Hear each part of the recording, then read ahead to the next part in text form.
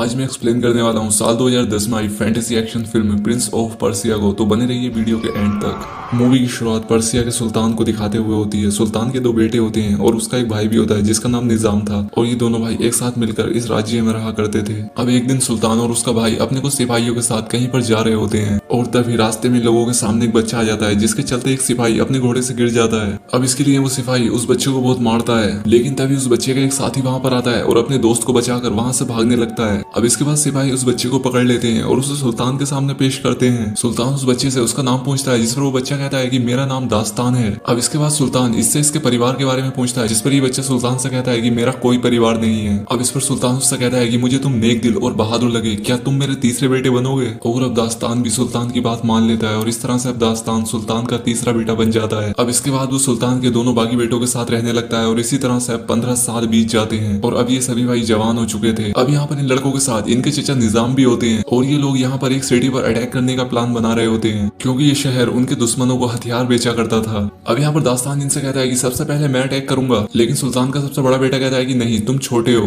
और इसके बाद वो अपने भाई से कहता है कि तुम सबसे पहले अटैक करोगे, लेकिन यहाँ पर दास्तान खुद ही अटैक करना चाहता था, इसलिए वो अपने बचपन के दोस्त को साथ ले लेता है और अब इसके बाद ही अपने साथ कुछ सिपाही लेकर उस किले तक पहुंच जाता है। अब दास्तान के पीछे से इसके बाकी के दोनों भाई भी आ जाते हैं और वो भी इस शहर पर हमला करने लगते हैं। अब इसके बाद हमें शहर की रानी को दिखाया जाता है और इसका नाम तमीना होता है। अब यहाँ पर रानी अपने एक खास आदमी को एक खंजर देते हुए कहती है कि तुम इसकी हिफाजत करना। अब इसके बाद वो आदमी खंजर को संभाल के रखने का वादा करके यहाँ से चला जाता है, लेकिन उस आदमी के बाहर आते ही दास्तान उसे गिरा देता है और उससे वो खंजर भी छीन लेता है। अब इसके बाद ये लोग क्वीन तक भी पहुंच जाते हैं और यहाँ पर निजाम उससे कहता है कि तुम्हारे शहर के लोग दुश्मनों को हथियार बेच रहे हैं। अब इस पर तमीना निजाम से कहती है, वो कहती है कि हमारे शहर में कोई भी हथियार नहीं बनाता, क्योंकि हम लोग जंग को बढ़ावा नहीं देते। लेकिन यहाँ पर कोई भी उसकी बात पर यकीन नहीं करता और यहाँ के सभी लोग कहते हैं कि इसे मार दिया जाए। और तब यहाँ राजा का बड़ा बेटा आता है और उससे कहता है कि अगर तुम मुझसे शादी कर लो तो तुम मेरी प्रिंसेस बन जाओगी और तब तुम्हें कोई भी नहीं मार सकता।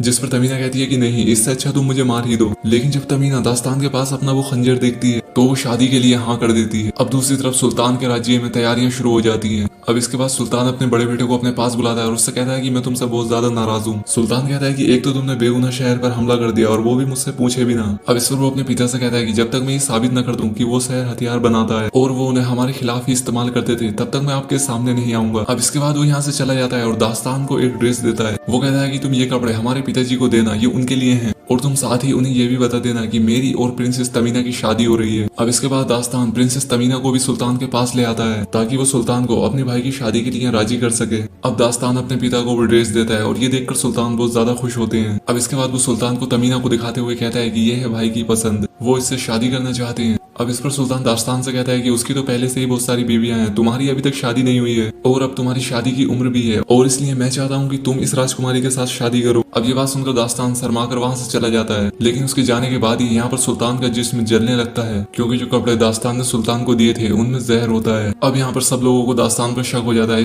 इसलिए वो दास्तान के बचपन के दोस्त को मार देते हैं। अब इसके बाद तमीना दास्तान के पास आती है और उससे कहती है कि हमें भागना चाहिए क्योंकि तुम्हारे पीछे बहुत सारे लोग हैं। अब दास्तान और तमीना यहाँ से भाग जाते हैं और अब दूसरी तरफ सुल्तान भी मर चुके थे और अब इस बात की खबर सुल्तान के बड़े बेटे को भी लग जाती है। और अब दूसरी तरफ दास्तान तमीना को बता रहा होता है कि वो ड्रेस मैंने सुल्तान को नहीं दी थी, बल्कि मेरे बड़े भाई ने उन्हें देने को कहा था। लेकिन तमीना यहाँ पर दास्तान से वो खंजर लेने के लिए आई होती है, इसलिए वो दास्तान पर तलवार से हमला कर देती है और इससे दास्तान जख्मी हो जाता है। और तभी दास्तान का हाथ उस खंजर के ऊपर लग जाता है, जिससे कि वो कुछ समय पीछे हो जाता है। तमीना उसे तलवार से मारने वाली होती है, जिस पर दास्तान उससे कहता है कि तुम तलवार नहीं निकालोगी। जिस पर तमीना उससे कहती है कि मैंने तलवार कहाँ निकाली, लेकिन दास्तान उससे कहता है कि मैंने सब देख लिया है, क्योंकि तुम ऐसा करने ही वाली थी। तमीना उससे कहती है कि तुमने इस जादुई खंजर को इस्तेमाल कर लिया, अब इसमें वापस से जादुई रेत कौन डालेगा, क्योंकि ये खंजर तभी काम करता है जब इसमें वो जादुई रेत हो। दास्तान कहता है कि मुझे मेरे चचा निजाम को सब बताना होगा कि अब उनके भाई इस दुनिया में नहीं है। अब इसके बाद दास्तान घोड़े से वहां के लिए निकल पड़ता है, लेकिन तमीना उससे कहती है कि जिस रास्ते से तुम जा रहे हो वो रास्ता काफी ज्यादा खतरनाक है। दास्तान कहता है कि मुझे इससे कोई फर्क नहीं पड़ता।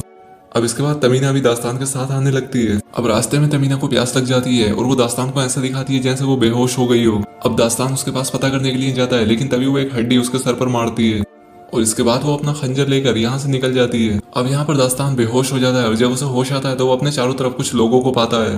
इन लोगों का सरदार एक शेख होता है और वो इससे कहता है कि अब तुम हमारे कब्जे में हो और अगर तुम अपनी जान बचाना चाहते हो तो हमें बदले में कुछ चाहिए। दास्तान इन लोगों से कहता है कि आगे एक राजकुमारी जा रही है और इसके बाद ये लोग उसे भी जाकर पकड़ लेते हैं। अब दास्तान तमीना से वो खंजर छीन लेता है और उसे इन लोगों के हवाले कर देता है। अब इसके बाद शेख अपने लोगों के साथ अपनी जगह तक पहुंच जाता है और उसने अभी भी दास्तान को नहीं छोड़ा था। दूसरी तरफ तमीना, जो कि शुतुरमुर्ग का ख्याल रख रही होती है, उनका दरवाजा खोल देती है, जिससे कि वो सभी शुतुरमुर्ग भीड़ के बीच में आ जाते हैं और इसका फायदा उठाते हुए तमीना और दास्तान यहाँ से भागने लगते हैं। अब ये लोग वहां से बाहर आकर अपना हुलिया बदलते हैं और इसके बाद ये लोग उस जगह पर पहुंच जाते हैं जहाँ इनका चचा निजाम होता है।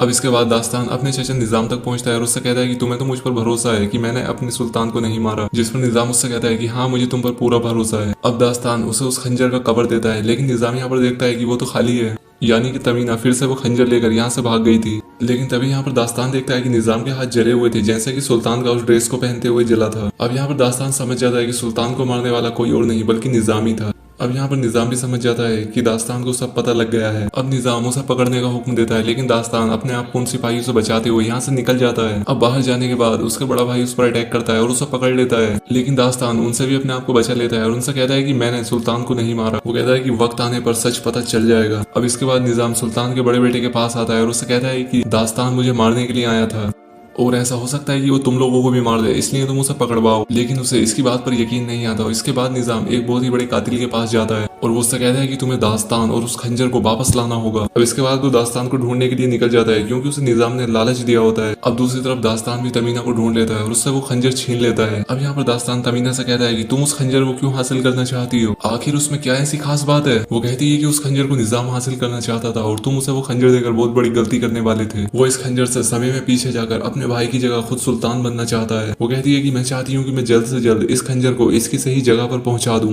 अब ये बात सुनकर दास्तान भी इसकी मदद करने के लिए तैयार हो जाता है और अब इसके बाद ये दोनों साथ मिलकर इस खंजर को इसकी सही जगह पर पहुंचाने के लिए निकल पड़ते हैं। अब ये लोग कुछ दूर आगे जाने के बाद आराम करते हैं, लेकिन तभी वहां पर वो शेख आ जाता है। वो इनसे कहता है कि तुम लोगों ने मेरे शुतुरमुर्ग भगा दिए और अब मेरा नुकसान कौन भरेगा। और तभी इन लोगों को पीछे से किसी की आहट होती है, जो कि इन लोगों के पीछे वही कातिल आ रहा होता है। अब इसके बाद रात को जब ये सभी लोग सो जाते हैं, तब वो कातिल अपने कुछ सांप वहां पर छोड़ देता है और तभी शेख के एक खास आदमी को वो सांप दिखाई देता है। लेकिन तभी यहाँ पर दास्तान पहुंच जाता है और एक जलती लकड़ी से उसे मार देता है। अब इससे वो आदमी बहुत खुश होता है और उसे वो खंजर देता है ताकि वो बाकी सांपों को भी मार दे। अब यहाँ पर दास्तान सभी सांपों को मारने लगता है और शेख और उसके बाकी आदमियों की जान भी बचा लेता है। अब इस बात से शेख काफी खुश होता है और उससे कहता है कि मैंने तुम्हें माफ कर दिया। वो उससे कहता है कि तुम जहाँ जाना चाहते हो मैं तुम्हें छोड़ाऊंगा। अब इसके बाद शेख दास्तान और तमीना को वहां पर छोड़कर वापस आने लगता है। अब इसके बाद तमीना शेख के पास आती है और उससे कहती है कि हमें तुम्हारी मदद की जरूरत होगी, क्योंकि हम लोग वहां पर अकेले नहीं पहुंच सकते। लेकिन शेख उससे कहता है कि मुझे बहुत सारे काम है, जिस पर तमीना उससे कहती है कि मुझे पता है कि तुम्हें पैसे की तलाश है, लेकिन जिस जगह हम जा रहे हैं वहां पर तुम्हें बहुत सारा पैसा और सोना मिल सकता है। अब इस लालच में शेख उनके साथ जाने लगता है। जब भी लोग आगे बढ़ने लगते हैं तभी सुल्तान का बड़ा बेटा आते हुए दिखाई देता है, यानी कि सुल्तान का दूसरा बेटा। वो दास्तान से आकर कहता है कि तुमने हमारे फादर को मारा है और तुम कभी भी ईमानदार थे ही नहीं। दास्तान तमीना को वो खंजर देते हुए कहता है कि तुम लोग जाओ, मैं आता हूँ। अब इसके बाद दास्तान अपने भाई से कहता है कि भाई, मैंने अपने फादर को नहीं मारा, बल्कि ये सब तो निजाम ने किया है ताकि वो खुद सुल्तान बन सके, और ऐसा भी हो सकता है कि वो तुम्हें भी मार दे, और वो ऐसा करेगा भी। लेकिन इसका भाई इसकी बातों पर यकीन नहीं करता। अब इतने में ही यहाँ पर वो कातिल पहुंच जाता है और दास्तान के भाइयों के सिपाहियों को मारने लगता है और साथ ही वो सुल्तान के बड़े बेटे पर भी हमला कर देता है, जिससे वो बेहोश हो जाता है। दूसरी तरफ तमीना एक टेम्पल में पहुंच चुकी थी, जो कि इस खंजर की असली जगह होती है। अब यहाँ पर तमीना उस खंजर को रखने ही वाली होती है कि तभी यहाँ पर वो कातिल पहुंच जाता है और यहाँ पर वो उस पर अटैक कर देता है। अब यहाँ पर तमीना बेहोश हो जाती है। अब इसके बाद तमीना के हाथ से गिरा वो खंजर उस कातिल का सांप आकर निगल लेता है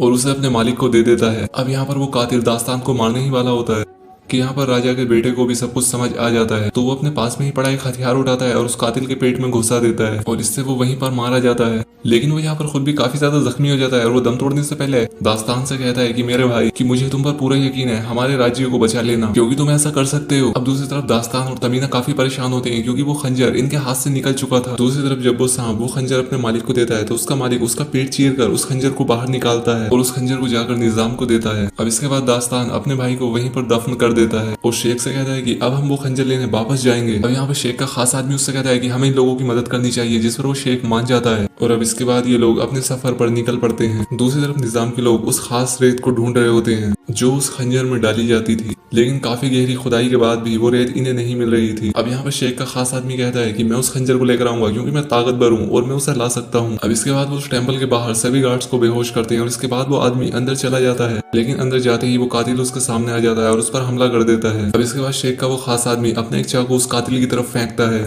जो कि सीधा उसके सीने में जाकर लगता है और इससे वो कातिल वहीं पर मारा जाता है। लेकिन इस लड़ाई में उस आदमी के भी जहरीली कीड़े लग चुकी थी, लेकिन फिर भी वो आदमी उस खंजर को उठाता है और उसे शेख की तरफ फेंकता है। अब इसके बाद जब निजाम को पता चलता है कि यहाँ पर खंजर नहीं है तो वो समझ जाता है कि यहाँ पर दास्तान आ चुका है।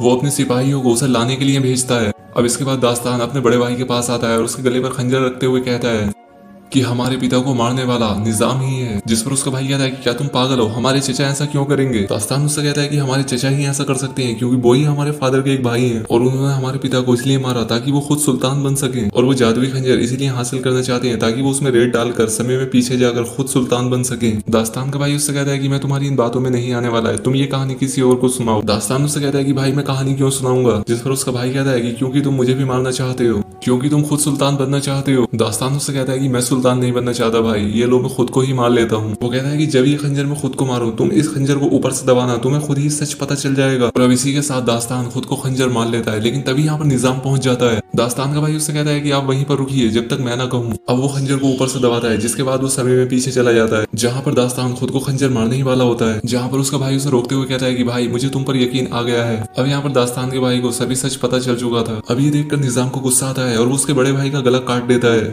और अब उसी खंजर से दास्तान को मारने की कोशिश करता है। लेकिन तभी यहाँ पर तमीना आती है और यहाँ पर उन कातिलों का ध्यान बटाने लगती है और इसका फायदा उठाते हुए दास्तान उस कातिल को मार देता है। अब दूसरी तरफ निजाम को वो रेत मिल जाती है जिसे वो पाना चाहता था, लेकिन तमीना और दास्तान भी वहाँ पर दूसरे रास्ते से पहुंच जाते हैं। अब उनके चलने से यहाँ पर रास्ता टूट जाता है, लेकिन दास्तान खुद को संभालता है और आगे बढ़ने लगता है। लेकिन यहाँ पर हम देखते हैं कि वो कातिल मरा नहीं था बल्कि अभी भी जिंदा था और अपने सांप से इन पर हमला कराने की कोशिश करता है, लेकिन वो उसी के सांप से उसकी खुद की आंख पर कटवा देते हैं और अब इसके बाद वो कातिल यहाँ पर मारा जाता है। अब इसके बाद ये लोग निजाम को रोकने के लिए वहाँ पर पहुंच जाते हैं, लेकिन निजाम दास्तान पर हमला कर देता है। अब इसके बाद निजाम तमीना को भी धक्का देता है, लेकिन दास्तान उसका हाथ पकड़ लेता है और उसे गिरने से बचा लेता है। अब यहाँ पर तमीना कहती है कि तुम मेरा हाथ छोड़ दो और जाकर निजाम को रोको, क्योंकि उस खंजर को इस्तेमाल करने वाला है और उसके इस्तेमाल करते ही ये सुल्तान बन जाएगा और इसलिए जल्दी से जाकर तुम्हें उसे रोकना होगा। अब यहाँ पर दास्तान को उसे छोड़ना पड़ता है और इसके बाद वो निजाम के पास जाकर उसे रोकता है, लेकिन यहाँ पर देर हो चुकी थी और निजाम उस खंजर को उस रेत की घड़ी में डाल देता है और इससे वक्त बहुत पीछे जाने लगता है। लेकिन दास्तान उस खंजर को निकाल लेता है